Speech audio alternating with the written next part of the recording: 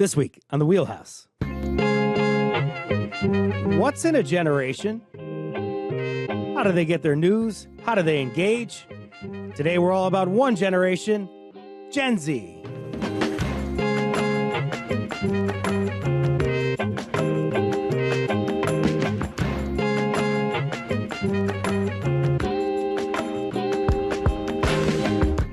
For Connecticut Public, I'm Frankie Graziano. This is The Wheelhouse.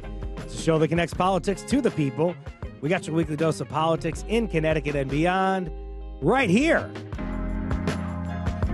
USA Today says Gen Z is the most politically divided generation. Hey, one of our guests today even split them up into Gen Z 1.0 and Gen Z 2.0 because of differences in views expressed by younger Gen Zers to their elders. Despite these differences and a feeling of disassociation many of them may have with politics, they're still having fun online, as we got to know when we hit the streets to speak with many of them. Today on The Wheelhouse, get to know Gen Z. And here to help me do that is Elena Moore. She reports on politics from NPR's Washington desk. Good morning, Elena. Good morning. Thanks for having me. Thank you for talking to us this morning. I appreciate it. Rachel Janfaza is the founder of The Up and Up, a media and strategy firm focused on Gen Z. Thank you so much for joining us on The Wheelhouse. Thank you for having me. So happy to have you on the show. And back on The Wheelhouse for more is political correspondent for Vox, Christian Paz. Good morning, Christian. Good morning. It's fun to be here. So happy to see you amidst this heat. Thank you so much for coming on the show. Folks, are you part of Gen Z? What events have shaped your political views? Join the conversation, 888-720-9677, 888-720-9677. Rachel, Gen Z includes people born between 1997 and 2012. If you're keeping score at home, that's aged 13 to 28. What are some of the most generation-defining events that have shaped their lives? So when you think about the lifespan of Gen Z, this is a cohort that was born either just before or just after 9/11, and it's really been a string of crisis and chaos since then. Most recently, we lost Rachel there for a second. We'll pick it back up once she gets there, but she's essentially saying that this is a cohort that was born right after 9/11 and crisis after that. Not sure if we have Rachel back yet, but I will go to Elena to help us continue that pattern. What are these crises that we're seeing? If you could continue Rachel's thought for her. Yeah, well, I mean, if you think about being a kid in, the early 2000s, maybe you were in middle school during the Great Recession, maybe your parents lost a job, you're a kid during the Iraq War, it goes past just 9/11, which obviously changed the world. Then when this generation gets to adulthood or young adulthood and they start to develop their own opinions and get, their own, be independents, their first election, the first election that anyone in Gen Z was eligible to vote for, the eldest in that generation, was 2016. So on top of a childhood that has been, defined by all of these very generational defining moments, the first time they were able to make their voices known in a presidential election was this election from Hillary Clinton versus Donald Trump, and their entire political adulthood has been really side by side with President Trump's time in national politics. Yeah, that 2016 election seems to be a very important one. Nonetheless, I believe we have Rachel back. Rachel, could you just help me understand really quickly? I think you've written about this, that there's actually like a divide between Gen Z in terms of a 1.0 and 2.0 split.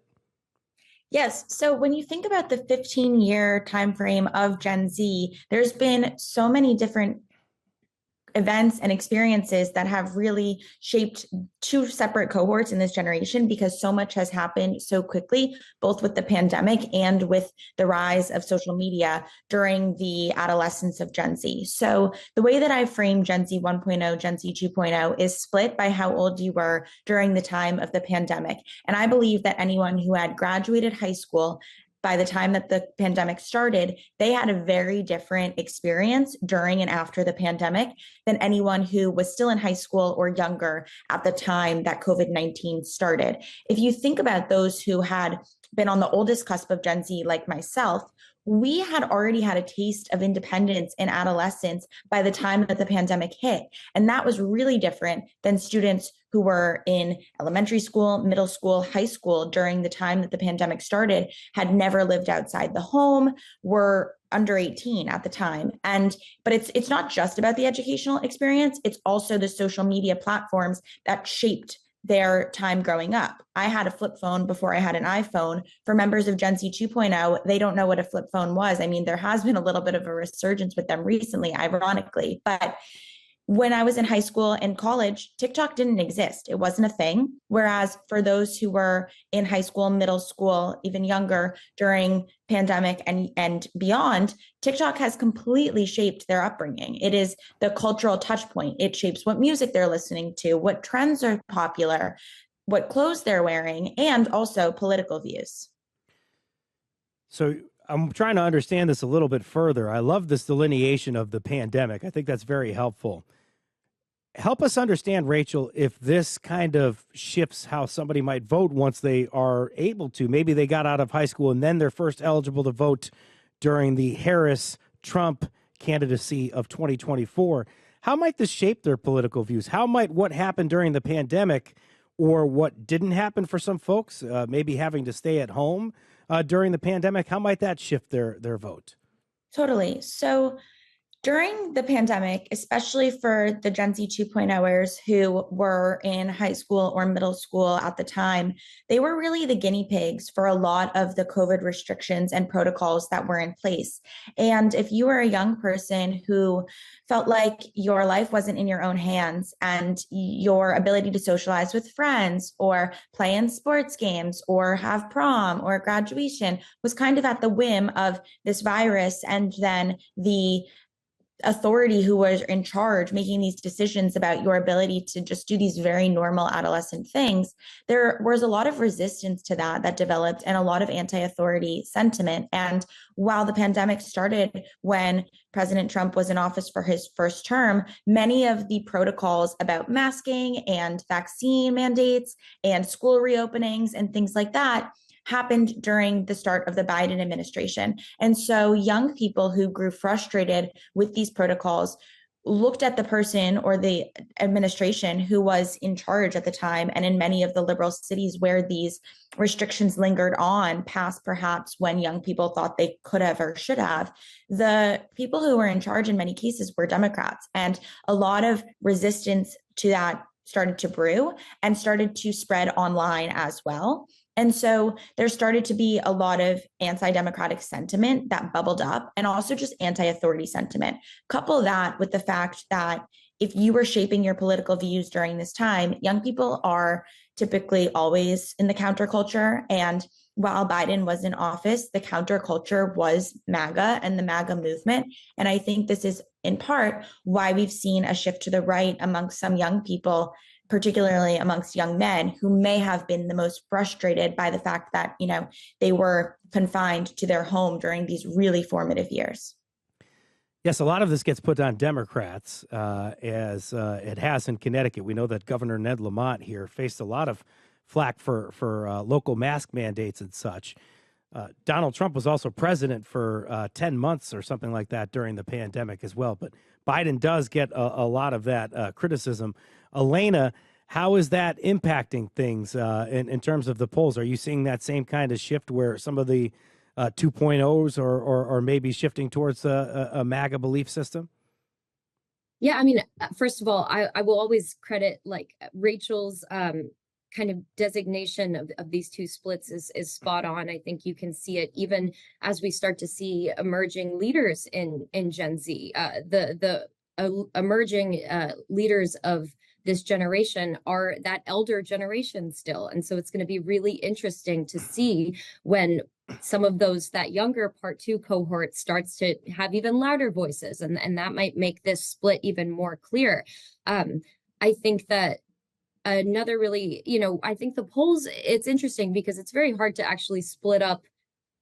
Even getting good polling on voters under 30 can be difficult, let alone splitting that in two. We have seen certain, universities like Yale University and Harvard University do in-depth polling on young voters. And we have seen that mid-generational split on party, which is really fascinating. And I will say, even though I think, again, Rachel's point is spot on these mid-generational defining things that split this generation, I think those roots that I spoke about earlier, those early moments that really kind of made this generation what we initially thought it was, I think a lot of those things still kind of read true throughout the generation. It's a generation that isn't afraid to, speak out against even the party maybe they vote for often. We've seen, conservative-leaning young people, liberal-leaning young people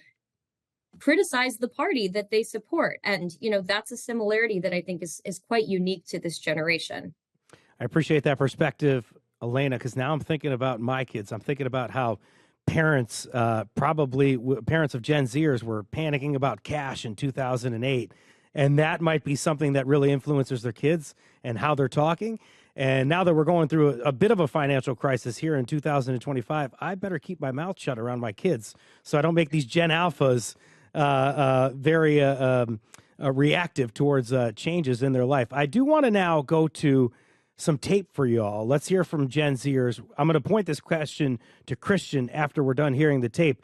Is Gen Z sold on our political system as it stands now? We hit the streets to find out. Here's Sasha St. Germain of Torrington and Isaac Cuevas from New Britain. It's just unfair, and I feel like we're slowly going back into the 1800s, and I'm not with it at all. Is there one particular issue that you feel like we've gone really far back on? Women's rights, including health rights. Am I sold on our current political system? I would honestly say no. I kind of don't like where our democracy is going, and I think a lot of Gen Zers would agree, because I think politically a lot of us are more often leaning left, and right now we're currently in a right-wing majority. Isaac says one particular issue he cares about: the war in Gaza and U.S.'s support to Israel. What about the question, Christian, that we asked Sasha and Isaac, and what did you think about their responses? Yeah, I think overall, it's easy to say that Gen Z, just as it has been the trend among voters when they tend to be younger, they tend to be a little less informed. They tend to be a little less aware of how systems work, which naturally leads to some sense of distrust.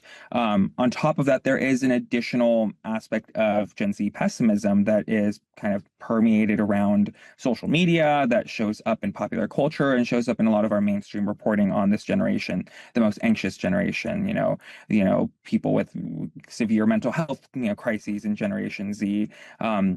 The pandemic destroying abilities to create friendships or to develop social relationships with each other. I do think that it's important to divide, though, Gen Z up and think about it along lines of social trust and along lines of engagement with news. Because one thing that I find pretty interesting is that this idea of trust in institutions really depends on how just engaged these young people are.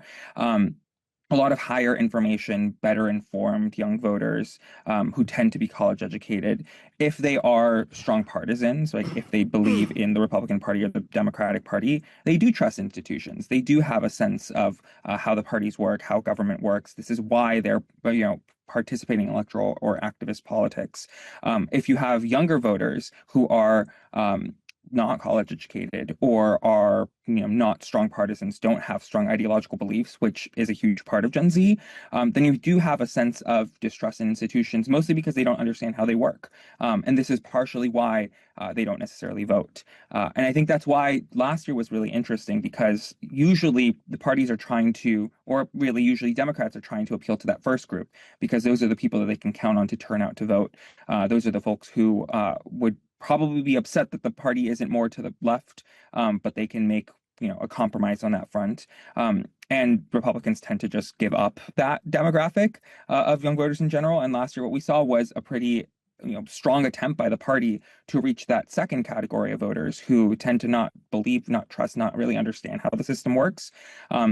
And speak to a sense of frustration and an overriding sense among the electorate, but especially among Gen Z, because they don't seem to have that many strong political views, attachments to parties, to kind of just, throw up, blow up the game completely and just vote out whoever's in charge and shake up the status quo and the establishment. And Rachel, you heard there Isaac saying that he thinks that people in his generation tend to lean more left, yet the current system in the United States, the current federal government, is controlled by the Republican Party, essentially, so it leans right. Are you hearing that among a lot of Gen Zers? Is there actually a lot of liberals among Gen Z, or is it starting to skew the other way?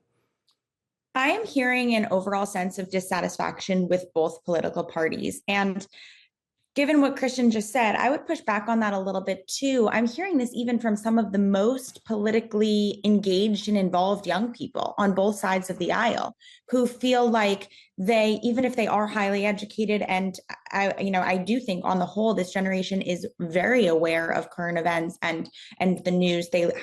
They're watching all of these events take place in real time with a constant string of breaking news notifications at any given point. They're seeing so many people whose lives are affected. And a core value to Gen Z is empathy. And I think part of this is because they have been able to watch other people's lives unfold through their own personal experience and perspective. And one of the most common phrases that I hear young people bring up, I even just heard in a listening session last night, they kept coming back to this idea of lived experience. And so I think because young people feel that they're in such close proximity to the lives of so many other people, even people who look like or think differently than them, they feel that their pain is their pain. And I think that that's a part of the ideology of Gen Z across the board, whether you're a conservative or a liberal.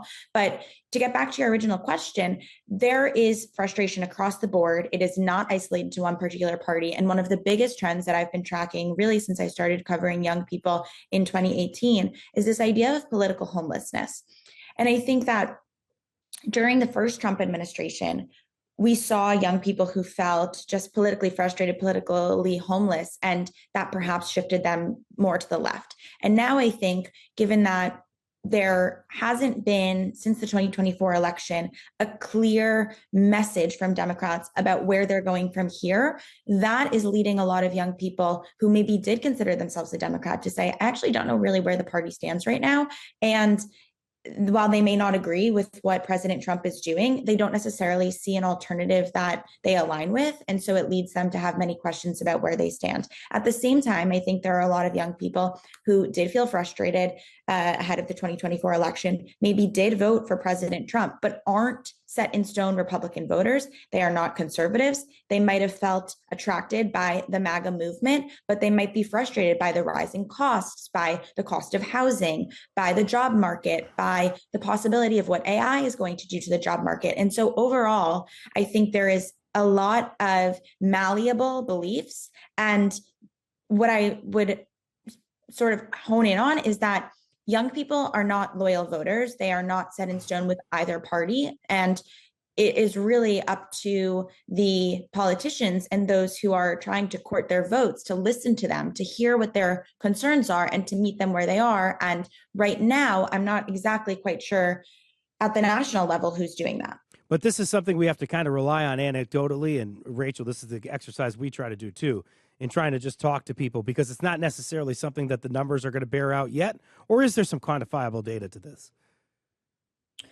Like Elena said, there has been some data that came out of the Yale Youth Poll showing, confirming this shift to the right amongst the younger members of Gen Z 2.0. And there also was some Gallup polling that I had written about last year showing that Gen Z teens had said that they were more conservative than their parents at a higher rate than millennials had when they were their age. So there is a little bit of hard data on that, but to your point, a lot of this is anecdotal. And I think, the other thing is the number of young people who identify as independent or non-party affiliated. And there's been quantitative data showing that for a few years, the number of Gen Zers who don't identify with either party. And I think that speaks to this politically homeless sentiment and cohort that I was describing a few minutes ago. How about the desire, Elena, to challenge the status quo show up in who runs against older elected officials? So who in Gen Z challenges those in power already?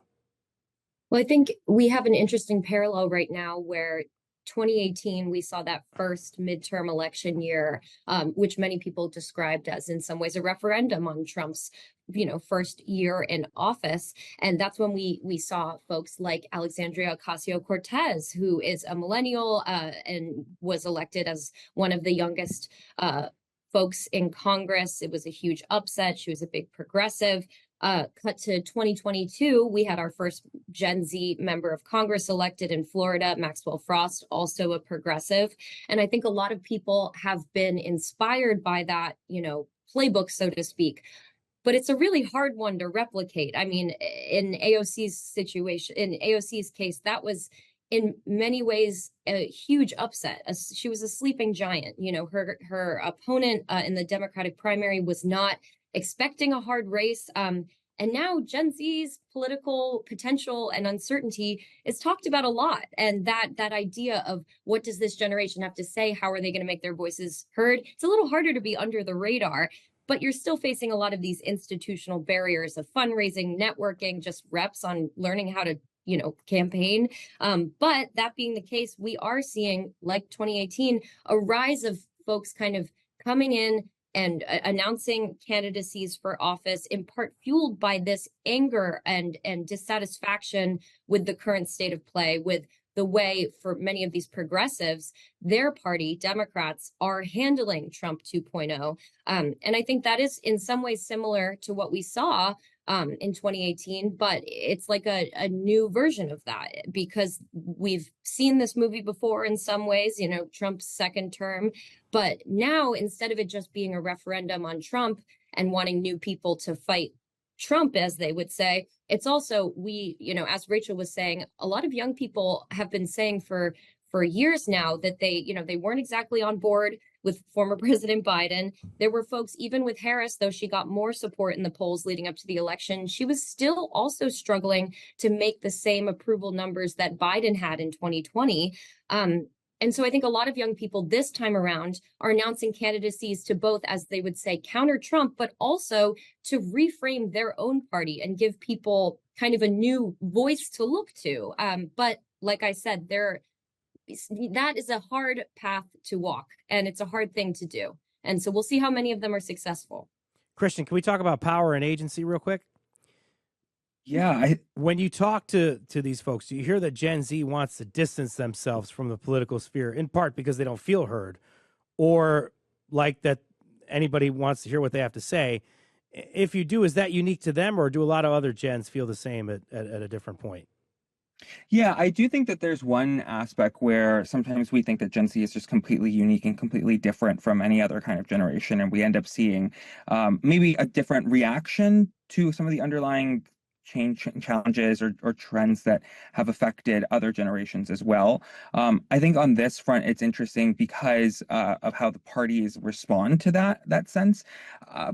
It's really interesting to me to note that a lot of we're seeing kind of a retreading of what's happened with other generations in terms of, like we were just talking about, who is running for office. One of the big revelations from last year was, just the confirmation of just the difference between the kind of people who'd want to staff and want to run for office and want to speak for their generation, and the voters that are out there who, there are some who will respond to that and some who maybe don't necessarily want, big drastic ideological change within the party.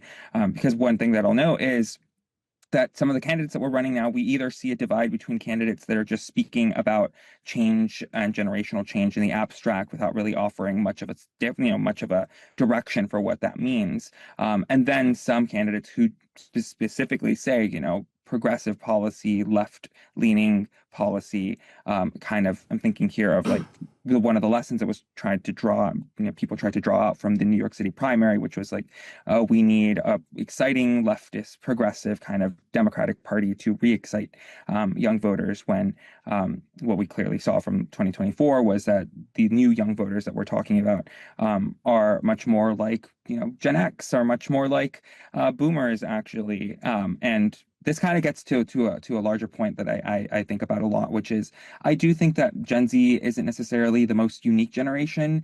I think that millennials were actually the most unique generation. I think that, and this goes back to just how distinct the millennial experience was when we talk about smartphones, when we talk about politics and populism, when we talk about the uniqueness of the Obama era and the effects of the recession and the Iraq War. I think what we're seeing with Gen Z actually is a bit of a reversion to the way that other generations that weren't millennials kind of viewed politics and approached the political system.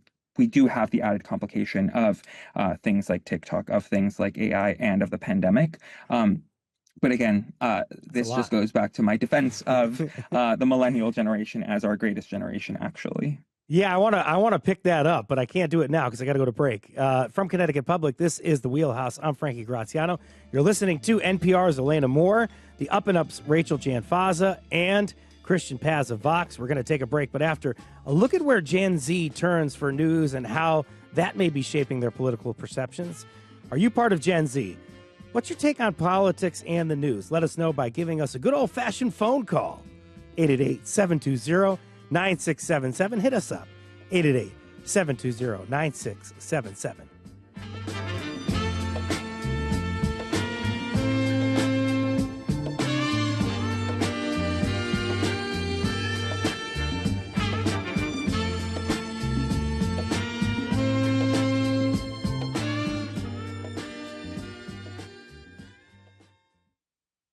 Support comes from Nothing Bundt Cakes West Hartford, offering bundt cakes for life's special moments and people. Available in 4 sizes and 12 flavors, including gluten-free options and over 60 decorations to choose from, adding sparkle to celebrations. NothingBundtCakes.com. It's been 2 years since former U.S. Surgeon General Vivek Murthy sounded the alarm over the quiet American epidemic, loneliness. Now he joins the WHO in calling it an urgent global challenge. He answers our questions and yours about solutions for social disconnection on a global scale. Our series In Good Company continues next time on 1A.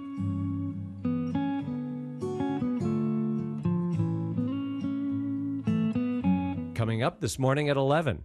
In New England, the weather is always changing. Listen for forecasts from meteorologist Garrett Argianis during Morning Edition and All Things Considered.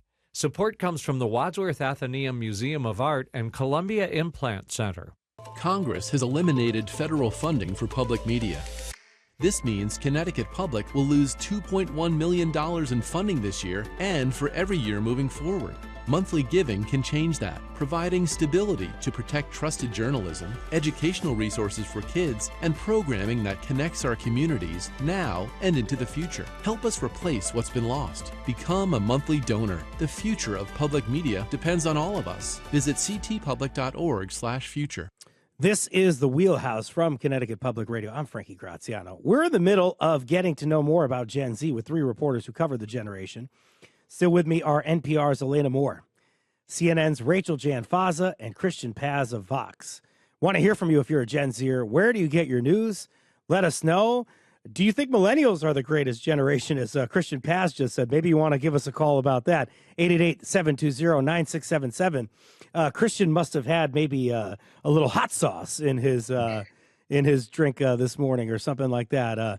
One of those great. What do we have at the morning? I'm forgetting what the drink is right now. It's got horseradish, Bloody Mary. Maybe he had a spicy Bloody Mary this morning. What do you think about that, Rachel and Elena? And help us understand where you identify. I know that you're a cusper, right, Elena? I am a cusper. I'm a 97 on so we toe the line, Rachel and I. We've talked about it for years, but I'm a millennial. What about you, Rachel? I'm a Gen Zer too, a cusper though, born in 97 as well, like Elena. So you're very close. What do you guys think about the generations and at least what they're going through? Well, I mean, I would just say, I would, respectfully push back to a little bit of what Christian was just saying on, I think that we have to be very cautious on kind of looking at any of these examples of young progressives moving up and being successful as a playbook potentially elsewhere in the country. I think when you look at some race like Mamdani's, which, he's a Democratic socialist. He talked a lot about a lot of progressive issues, but his number one issue was the economy. And I think that we do see a lot of overlap still in this generation that, as Rachel has said, is in some ways politically homeless, a lot of overlap on these issues. They're passionate about issues. And in many ways, it's an issue that is a bipartisan one. It's just people have different takes on how to solve it. And that's economic inequality, housing affordability, healthcare affordability. And those are things we hear Dems talk about. Those are things we hear Republicans talk about. And in many ways, strategically so, because we know Americans across demographic groups feel this, but it's something young people are passionate about. And I will just say, when I was out covering the 2024 election, and I would go to Republican events and see candidates try to appeal to young people, the phrase you heard over and over again that I would argue worked in the election is, they would say, we want to give you a life that's better than your parents. And that's something you hear politicians say on all sides. And that's kind of a Mamdani-like message that's really all over the place. So I think that there's a lot of issue overlap, and that's kind of what's driving these partisan, alignments of young people, rather than a label of, Mamdani's more progressive. How is that going to work in a place like, that is more of a purple state?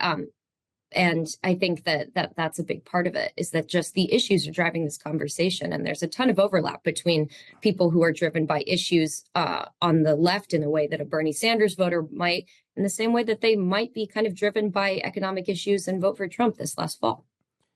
You said, as we finished out that segment, Christian, you also said that there's a lot going on now between AI and the pandemic and things like that kind of popping up, at least for Gen Z.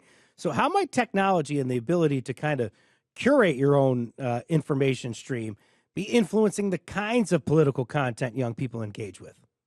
Yeah, I think that's an interesting dynamic, because it's kind of a self-reinforcing cycle. Like AI, post-pandemic, just proliferation and destruction of any kind of monoculture, it kind of allows for the creation of echo chambers, allows for algorithms to continue to define and determine what information you're seeing, and the role of AI, the role of crypto, these newer issues that emerged in the post first Trump presidency era, add a lot more noise. And I think the big issue here, and this is why I defined at the beginning the difference between low trust, high engagement, low engagement. And one thing that I would add in there is a dividing line of whether young people seek out information or they encounter information in the wild. Because I do think most of Gen Z encounters information, isn't necessarily seeking it out. And in many cases, that's a problem, because we have more noise. We have, the illusion. This is one of the reasons why I worry for Gen Z in a way, because they feel like they're informed. They feel like they know about issues. The empathy that Rachel was talking about earlier is apparent in the generation, but we haven't had a generation that has encountered such a flood of information in this way, that does confuse and does add a little bit more chaos to their decision-making processes, to their trust in various institutions and parties. And this is why I was worried, for example, last year when TikTok was becoming one of the primary ways that young people specifically, were getting information, was trying to determine if being a TikTok news consumer had an effect, or if there was any kind of correlation between that and political views. And one thing that I did notice in a lot of the polling that did try to tease out this question, and we did have a bit of this, was that there was a bit of polarization that resulted as a part of being a TikTok news consumer when you were young. You either had much more left or much more right views. And it does suggest that some of these algorithmically powered whether social media platforms or news systems, or even the emergence of podcasting as a medium that a lot of young people are using to quote unquote get informed, does present the possibility for more echo chambers, for more siloing of information. And yes, I would argue that perhaps the older part of Gen Z was better at this, in parsing out what was true, what wasn't, what they could trust, what they didn't. And in terms of just like encountering a world before this was the standard, the norm. I don't know what is happening with the youngest part of this generation, and how they're responding in a similar way, whether they are media literate, whether they are able to tell the difference between AI and reality.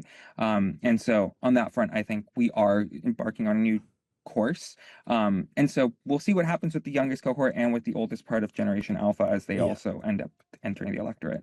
Very controversial headline that came from the Washington Post recently after the federal government took away $2.1 million from Connecticut Public and then some money away from NPR as well.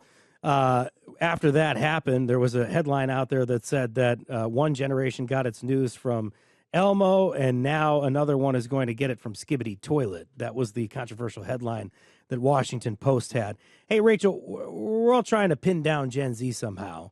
In a moment, you'll hear how we tried to find out where they get their news. I imagine political parties are trying to do the same thing. How are they, if at all, reaching Gen Z? Is it an in-person connection? Is it online? Is it the algorithmic kind of solution that Christian was talking about?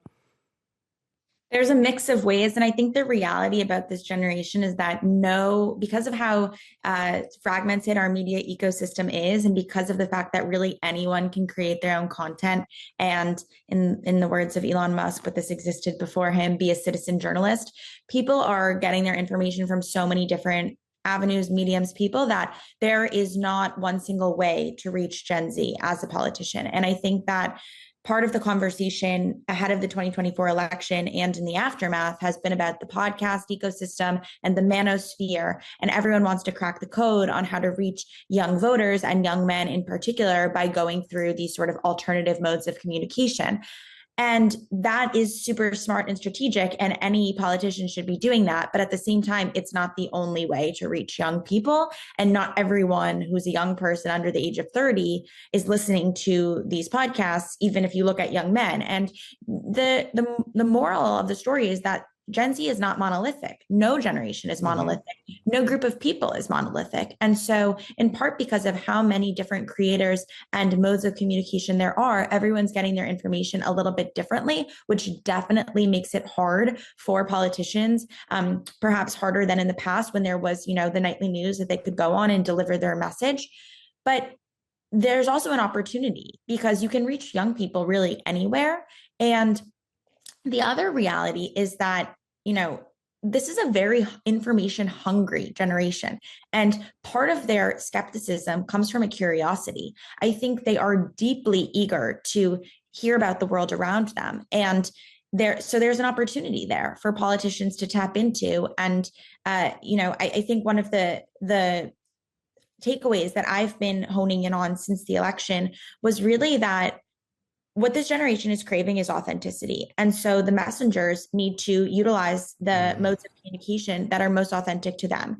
If you are a young woman politician who really is into your makeup and beauty, do a collab with an influencer who talks about beauty, makeup, get ready with me videos. If you're a congressman who really likes to fish, go on a fishing podcast.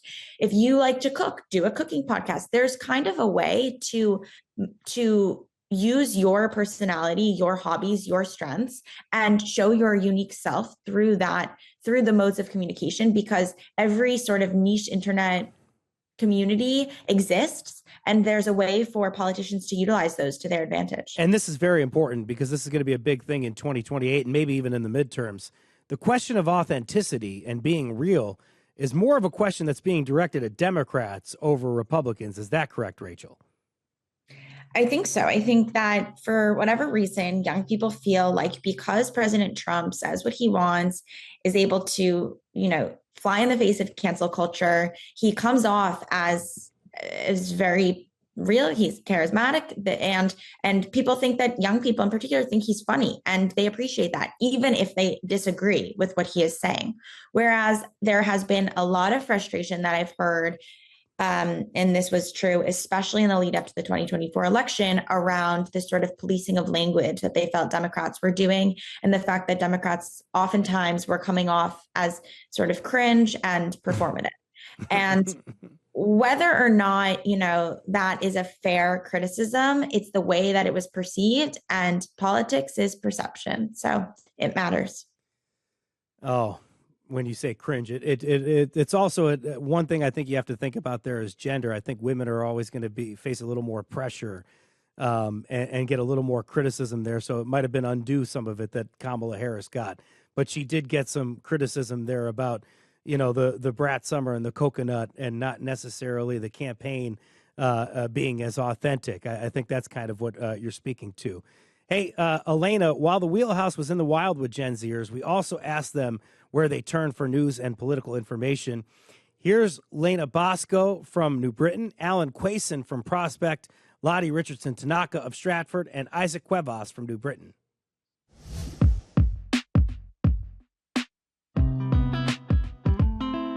I feel like my generation and me rely on social media heavily for the news these days, which social media does a good job on like spinning the news and, not giving you the exact, truth about the news.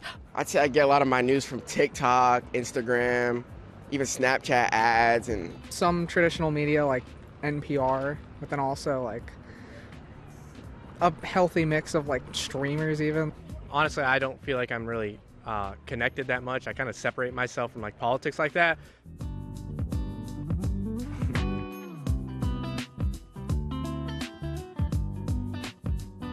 Sounds like Lottie probably knows who you are, Elena. These responses, what are they shaped by? Like the political moment we're in right now, would you say, or by everything just being really a finger swipe away? Well, I think it goes back to what we've been talking about this whole time. This is a generation that is very distrustful of institutions, of major forces of power. And I think you have to be living under a rock to not see the internet as one of those in some ways. We've seen that in the data, at Tufts University's Circle Institute, they found that something like more than half of folks under 34, 18 to 34, have very little trust to no trust at all in social media and technology companies. And, to say that these young folks are not informed, I think is a larger question, because I think what it means to be informed is kind of changing for this generation, because people open their phones and in a matter of seconds, to get what you were saying about swiping, you can see what's happening at conflicts around the world. You can see on the ground reporting on it. You can see on the ground testimonial on it from someone who may identify more as an internet personality or influencer. You can follow, the daily lives of people who have completely different perspectives than you. And that's not to say this is in substitution for, non-biased journalism, but it does expose a generation to something that really no generation, including millennials, had at such a young age. And I think that has both given people a sense of distrust because they know that the internet is so vast and wide, and that people's algorithms can be so different. So you could be seeing such a different perspective than even your neighbor. But at the same time, people are exposed to a lot of topics. So I think that does get at what Christian was saying of like this idea that people know a lot of things, but are still formulating their opinion on it and still learning more information. And in some cases are a little unsure of where to get that information in a way that feels fair to them. Not so much time to do this because we have to get through one last break. So we'll do this after the break, and I'll get to it quickly. Division amongst Gen Zers, we're going to unpack it when we come back. But if you're a member of Gen Z, we want you to give us a call. Give us a call right now, 888-720-9677, 888-720-9677. You're listening to The Wheelhouse.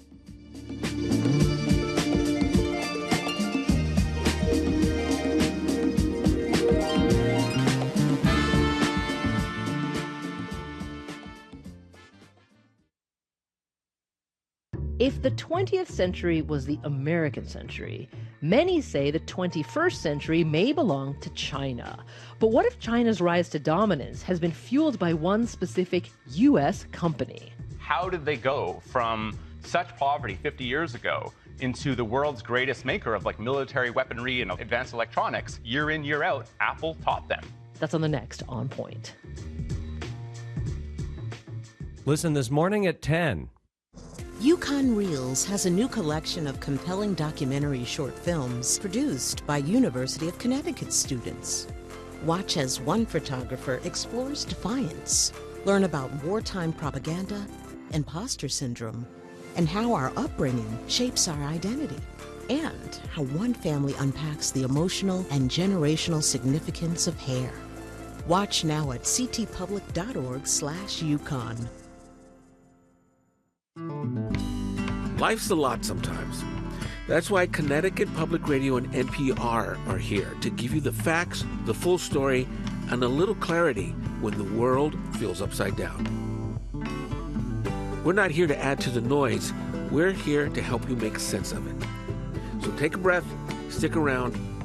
We've got this.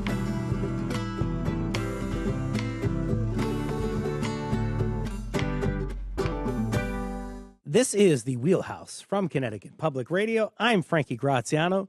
You may know some 8 months after the presidential election that Gen Z was instrumental in returning Donald Trump to the White House. It's part of the reason there's such an effort to understand Gen Z, particularly since many of us are used to younger people leaning more liberal than their more conservative elders. We finish out today's show exploring why Gen Z's political views are the way that they are. I'm still joined by Elena Moore, Rachel Janfaza, and Christian Paz. Are you part of Gen Z? We want you to give us a call. You only got a couple minutes left, so give us a call now. 888-720-9677, 888-720-9677. Part of this division, Rachel, within Gen Z that we talked about at the top of the show includes a wide range of political identities, right? So you got climate activists, young religious conservatives in there. How do we make sense of this widespread? Is it common across prior young generations to see ideas contrast within its members? Well, any generation is not monolithic. And I think that's a crucial point that we have to hone in on. There is not one range of experience. And in part because this is the most diverse generation in American history, of course, there's going to be a range of beliefs and point of views. And I think that that diversity is also core to Gen Z's ethos on the whole. And it's part of why they're so empathetic, because for the most part, they have grown up around people who are a mix of different ethnicities and races and gender identities and sexualities. And the other thing is that this is a generation that is really anti-label. And that's part of why many people are bucking political labels as well. We see that across gender. We see that across sexual orientation. We see that across political party. And, you know, when you think about the trends that this generation is exhibiting in terms of their political beliefs, there is a lot of anti-authority sentiment. When we just had 4 years of a Democratic administration, there's going to be a pushback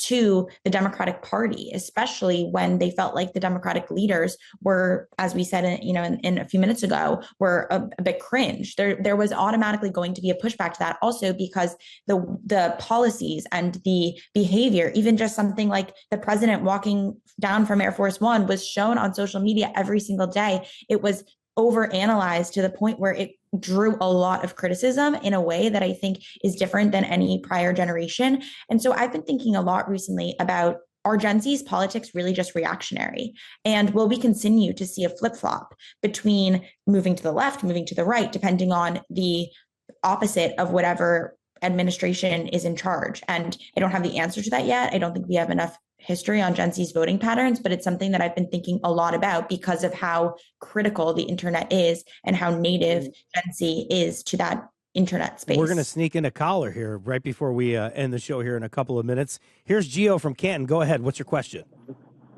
My question is, with all the corporate media that is out right now, how can Gen Z trust the average news station that you see on TV, especially with the history that we have on said shows? Gio, can I ask you quickly, what generation are you a part of? I am Gen Z. I was born 2002. 2002, so you're 23 years old, or 22? Yes, sir. All right. 23. Thank you for calling us today, Gio. I appreciate it. Christian, you take that question. It's a great question. It is a great question. And I think it does speak to the importance of cultivating a solid and reliable set of news and information sources. I think that's why I raised the point a little earlier about Gen Z being stuck between receiving a whole host of information, being flooded with noise, and being able to parse that is one of the major challenges, I think, for this generation going forward. I think it is true that there are concerns about, corporate influences, about censorship, about more recently about political pressure out of the White House on certain big corporations that do have news agencies as part of them. And I do think that speaks to the importance of sources like public media. But it is one of those evolving questions that we'll continue to see. I think, it'll be key. Elena, about a minute to go here. Help us close out. As Gen Z continues to constitute a larger and larger portion of us voters, what are you going to be following? Well, for years now, I think looking at 2022 midterms, 2018 midterms, the election of Joe Biden in 2020, I've been saying this is a generation that are Democrats voters to lose, in the sense that a lot of the issues that have fired them up, that have kind of been the base of a lot of their awakenings to politics, were inherently issues Democrats adopted. Whether that's true now and whether that message is resonating to young people is a different story. I think you can argue that Democrats have lost some of their narrative in how they appeal to this generation. And I think I'm going to be really curious to see if they can take that back in some ways.